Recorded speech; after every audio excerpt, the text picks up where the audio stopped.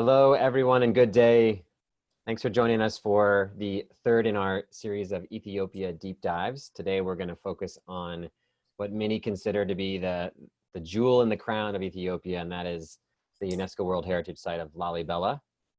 I am Tad Bradley from the Kusini collection, going to be joined shortly by Gretchen Healy, my colleague from Kusini, who is going to do the presentation today from Denver. We also were hoping to have Ashanafi Salashi, also known as Ashu, from Travel Ethiopia, join us as he has for the past two webinars, but we're having some connectivity issues in Ethiopia due to power cuts. So Ashu may not be able to be on this particular webinar. Luckily, Gretchen has a PhD in Ethiopian archaeology, so it really should be no problem at all. Just kidding. But Gretchen has spent a lot of time in Lalibela over the years and will speak to the experience that is truly an extraordinary one. We'll do Q&A throughout. If you have questions, feel free to pop them into the Q&A field, and we'll answer those as we can throughout the webinar or at the end. And as always, these are being recorded, so this will go up on our YouTube channel, and I will send out a link to this as well as the past two webinars later this week or next week. So without further bluster from me, I'm going to hand it over to Gretchen, who's going to take us on this virtual tour of Lalibela. Over to you, Gretchen. Hi, thanks, Tad. Hi, everybody. Thank you for being here today. I want to reiterate, I do not have a PhD in architecture, Ethiopian architecture, but I have been fortunate enough to spend time in Lalibela, which is truly a must-see destination in Ethiopia. It is home to the most famous rock-hewn churches in the country. These churches are carved from rock below ground level, and they're ringed by trenches and courtyards. And you'll see a lot of pictures of them today, but the scale really is almost impossible to take in unless you're physically there. All of the churches are connected to each other by a maze of tunnels and passages. And there's a lot of legends surrounding these beautiful buildings. One is that they were completed in 23 years because at night the earthly workforce was complemented by a celestial one. Whatever it is, however they were built, the grandeur it's comparable to maybe the Great Pyramids or the Sphinx, because the human ingenuity and effort that must have gone into these is absolutely staggering. Probably one of the most famous churches that you will see is right on the screen in front of you, Beta Emmanuel, or excuse me, well, I'm going to say the Church of St. George because my Amharic pronunciation is a bit suspect at best, but it is probably the most. You missed that class? You missed that class in I did. Unfortunately, I did not have that class. But this is probably the best preserved and most majestic of the churches. And again, that's both from above and below when you're in that courtyard below as well as inside. There's also Beta Emmanuel, which is a 36-foot high monolith, which is considered by art historians to be probably the finest and most precisely worked church in Lalibela. And that's possibly because it was the private church of the royal family. And then Beta Medhane is the largest of Lalibela's churches and the largest human carved monolith in the world. So Lalibela, how do we get there? Sorry, I'm having a moment here with moving the slides forward. Let's do this. So just to give you an idea of where it is located, you can see it as part of that Northern Historic Circuit. There are 3 to 4 daily flights from Addis and 1 daily flight from Gondar. The flight from Gondar is, is about a half an hour, so it's just a quick jump. But again, the flying is key on this northern circuit because the drive times are almost untenable. The city was named after the 12th century King Lalibela, who commissioned these churches. There are 13 of them, and really, as Tad mentioned earlier, it's kind of the unofficial 8th wonder of the world. Oh, and I have just gone through all of these. I apologize. This photo really gives you a good scale of what these monolithic churches look like. but as I mentioned earlier, it's sort of hard to absorb unless you're actually there. So as I mentioned earlier, the Church of St. George is the most famous and definitely the most photographed of the rock-hewn churches. It is the only church that is unobscured by the shelters, which you saw here in this past slide. All of the other churches have these shelters over them, but as I discovered on my trip last autumn, they are going to be removed one at a time. The French have done a survey, and they're going to, they've kind of collaborated with the Ethiopians, and they are going to take those shelters down. They have done a nice job protecting the churches. However, they have caused some erosion within those courtyards. So it seems like the best move is to look for another solution. I think one of the most special things about Ethiopia is that it's a living history. Lalibela, you come here, there's constant ceremony, there's constant worship.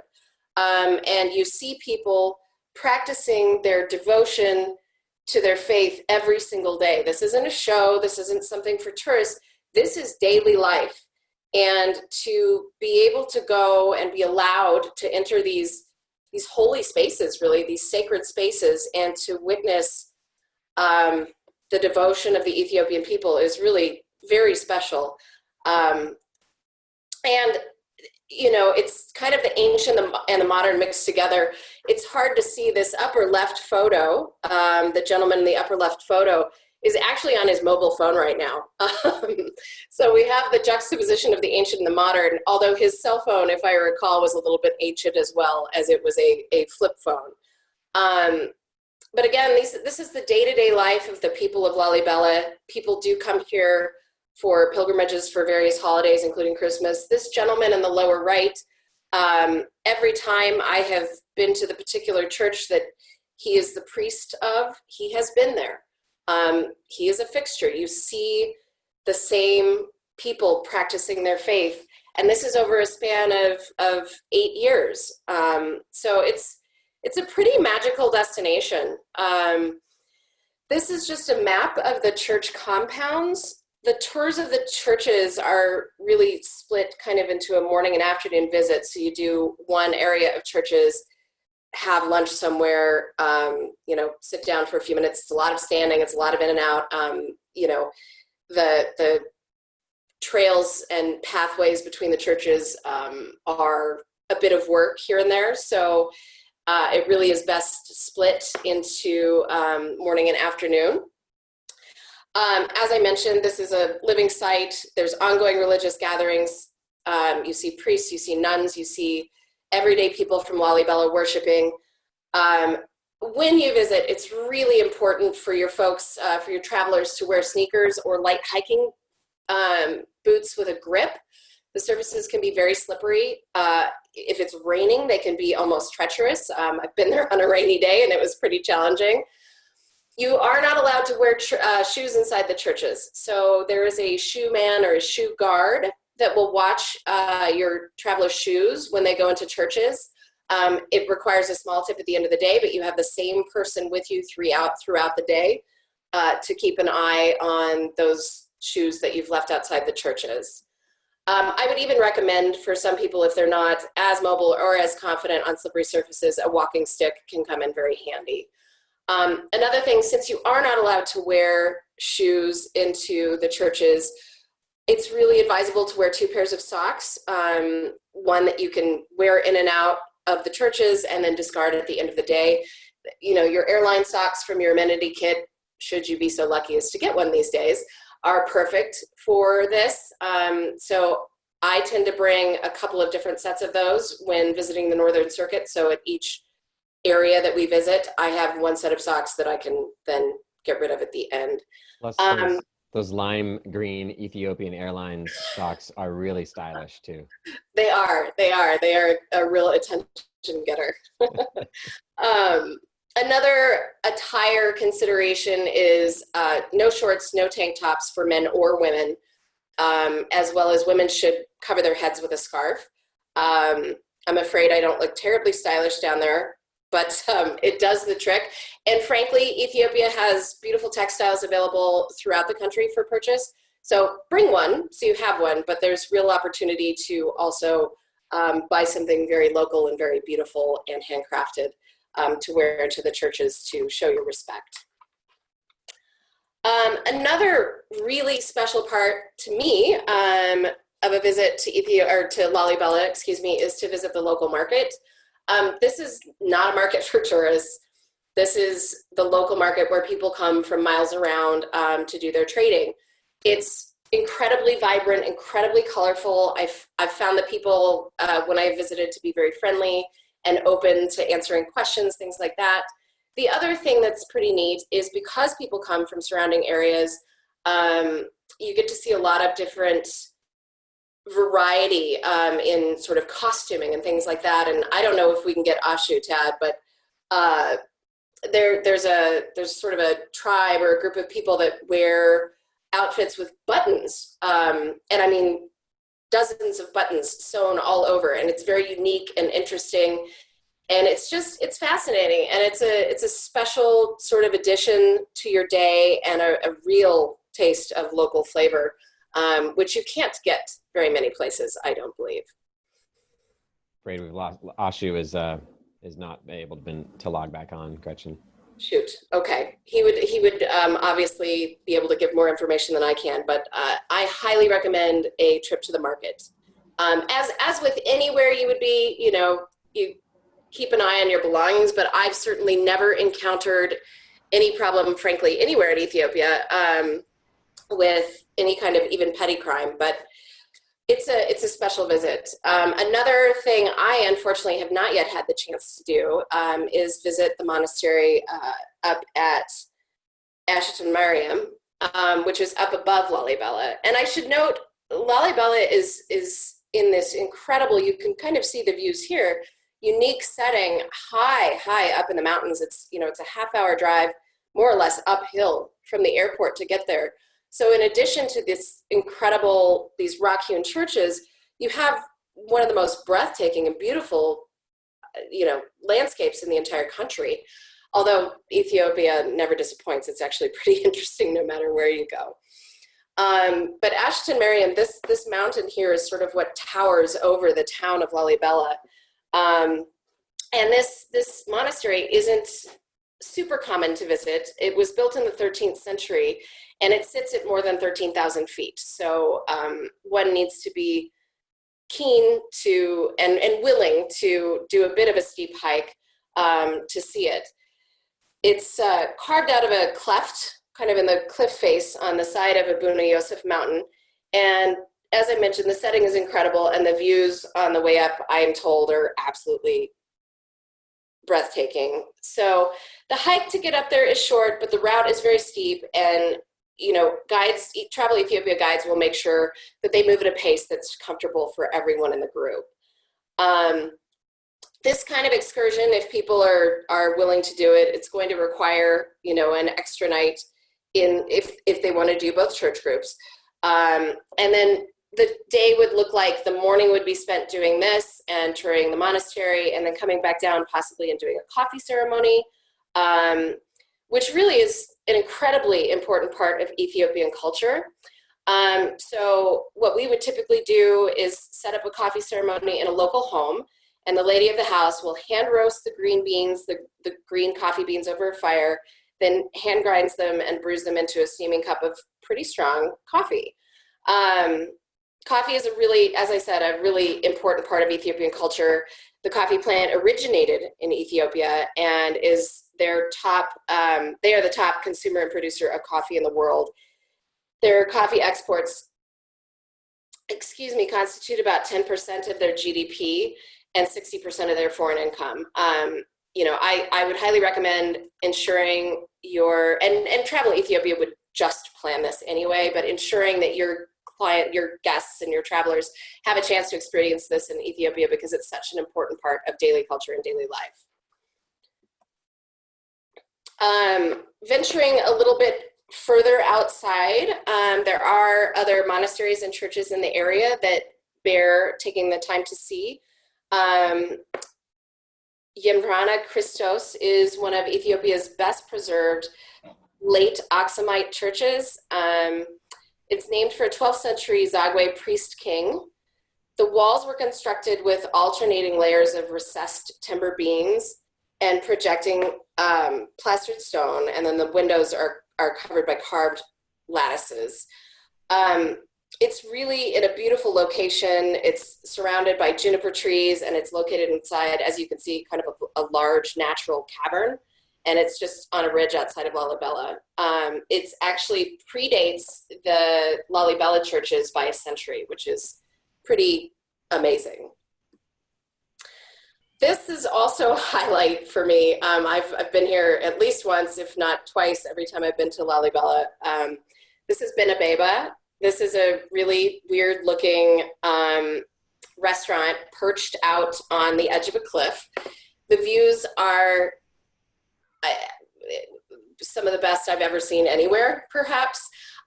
It's very strangely constructed, but wonderfully, as you can see, there are balconies everywhere, so almost everyone can have a seat looking over this incredible valley. It's owned by a Scottish woman and her partner who is a local Ethiopian. They serve Scottish and Western and Ethiopian food. I've had everything from fantastic wat here, like a different wats, to a killer shepherd's pie. So it's very unexpected. It's a fun place to, you'll see a lot of bajajes or tuk-tuks in Lalibela and throughout Ethiopia. This is a fun, if your guests haven't yet had a chance to get in a tuk-tuk, it's a fun thing to do a ride over this, because it's probably 5 to 10 to 15 minutes away from any of the hotel properties. It's a great place for lunch. It's a great place for dinner and sundowners, and I can't recommend it enough, clearly. Mazena Lodge is one of our top lodges in Lalibela. This is a newishly constructed lodge. I would say it was 2017 when they had their soft opening, and then I stayed again in 2019. And it really is, it's lovely. You can see the construction here. The rooms are really spacious, lots of light. The property is, like everything else in Lalibela, set kind of on a cliff, so you do have a lot of up and down walking. If you have somebody with any kind of mobility issues, it's going to be very important to mention that, really, for the entire Northern Historic Circuit, because there can be some challenging landscapes even in hotels. So it's just something to be aware of. I would also say Mazena probably has the best hotel food I've had anywhere in Ethiopia, so something of note. And really the standard in Lalibela has come up quite a bit the last couple of years. If you've attended some of our earlier webinars, sometimes lodging can be a challenge outside of Addis in terms of quality and amenities. And so Lalibela is of I would say, a higher standard than some of the other tourist locations. This is a newer lodge. This is Sora. It was not open when I was there in the autumn. However, it's highly recommended by Travel Ethiopia. You can see, again, sort of clean lines and this tukul architecture. These are traditional round huts. And you'll see these throughout Lalibela. It's sort of unique to the region. Again, modern, nice privacy, has the amenities that you need, as well as some spa services. Mazena also has spa services and a sauna. I have experienced both, and I can recommend them, especially on a very, very chilly day high up in the mountains. So that's a quick overview of beautiful Lalibela, Ethiopia, and I would love to open it up to Q&A. Thanks, Gretchen. That was awesome, and can clearly see how many years you've taken with your studies of Lalibela and Ethiopian orthodoxy and history. No, but in all seriousness, it was fantastic, and makes me jealous that I haven't been in a few years. I have a question for you while we wait for any others that come in from our participants, which is, You kind of alluded to it, but what would be your typical number of nights that you would recommend staying in Lalibela in a northern circuit, or a couple different options depending on what you want if you have guests that want to trek or not trek? To not completely rush it, I think 2 nights is a minimum. The flight from Gondar tends to be early morning. You could do both church groups in a day, stay overnight, and fly out again in the morning. I just think it's a special destination. There's more to see than just the churches. It's easy to just kind of plonk from site to site, but it can almost become, there's so much history and there's so much to absorb in this Northern Historic Circuit. Taking a little extra time, going up to the monastery, spending an hour in the market, having a leisurely sundowner drink and dinner at Benabeba, just kind of, this is an easier place than some, like I wouldn't stay in Oxum necessarily for multiple nights, but Lalibela, between the setting and how much there is to see, I think 2 nights minimum. Otherwise you're maybe doing a disservice to your guests. Yeah, I mean, you've done the one night, obviously, on a fam trip, and like you say, it is doable, but it's certainly not what we would recommend. No. Because of just rushing it. And then if you are going to do Ashton Miriam or Yamrana Christos, or there are other monasteries up in the hills that are open for visitors, whether it's by 4x4 vehicle or by trekking, then you would probably need a third night if you have people that want to trek, wouldn't you say? Absolutely. And if you do have keen trekkers, there are other hiking routes up on the mountain and beyond the mountain. There's opportunities for trekking and camping and things like that. It's not very common that we do that, but it is absolutely doable. And it's something, if you have people they're real mountain goats, I would consider myself one of them. It's absolutely a place to consider adding on more time for trekking. Very cool. Okay. As far as other properties go, you covered 2 of them. As you did say, Lalibela's standard of accommodation has improved.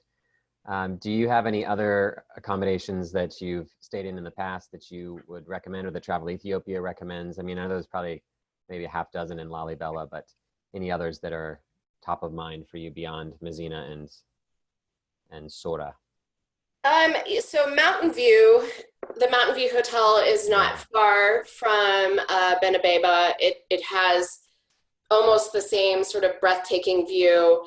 The food is solid. The rooms are totally fine. Like it's a very decent sort of mid-market standard. And then the other one that I think we would still recommend is Tukul Village Hotel. So again, it's those Tukul, those round thatched roof architecture, and it's super friendly. The food is very good. It's a smaller, kind of more intimate accommodation, and I would even put it maybe like a step below Mountain View, just because there are a number of properties with those views, and I think for me that's a that's a real bonus of being in Lalibela. But those 2 I would say are very solid. I stayed at Mountain View the last time I was there, and incredible views, great location. And as you say, the rooms are fine. If they put some money into upgrading the rooms, it would probably win, top accommodation in Lalibela. But for now, the rooms were very basic, but the views were certainly 5-star. Definitely. Cool. I think that's all the questions we've got. So we'll let you guys have the rest of your morning or afternoon. And next week, Gretchen, you're going to, hopefully you and Ashu will take us through Aksum, which is really the Rome of the Ethiopian Orthodox faith. So very interesting place. And then into another place that I'm very jealous that I have yet to go, and you have several times, which is Haralta, which may take the cake in terms of stunning beauty in Ethiopia, which again, the bar is super high, as we've already talked about through the last 2 presentations. So looking forward to next week. Same time, Wednesday the 26th, I think? Yes. Yeah. At 10 a.m. Pacific, 11 a.m. Mountain for you, Gretchen, 12 p.m. Central, and 1 o'clock in the Eastern time zone. So thanks everybody for joining us today. Gretchen, thanks so much for being our tour guide. Sorry we couldn't get Ashu today, but hopefully power will be better next week and we'll have him back for our final installment of this deep dive series. Have a great rest of the day. Gretchen, great rest of the day, everybody that joined us. Thanks so much. Thanks, everybody. Bye-bye.